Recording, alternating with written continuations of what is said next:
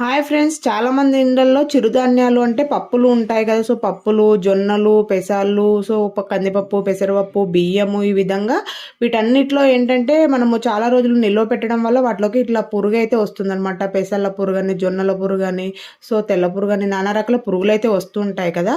So ఇలాంటి పురుగులు పట్టకుండా మనకు ఈ చిరుధాన్యాలు అయితే ఎక్కువ రోజులు మంచిగా ఫ్రెష్గా ఉండాలి అంటే దాంట్లోకి ఒక పేపర్ని తీసుకొని, పల్చటి పేపర్ తీసుకొని దాంట్లో ఒక స్పూను గల్లుప్పు, ఒక స్పూను పసుపును వేసుకొని ఆ పేపర్ని చక్కగా ఫోల్డ్ అయితే చేసుకోవాలన్నమాట.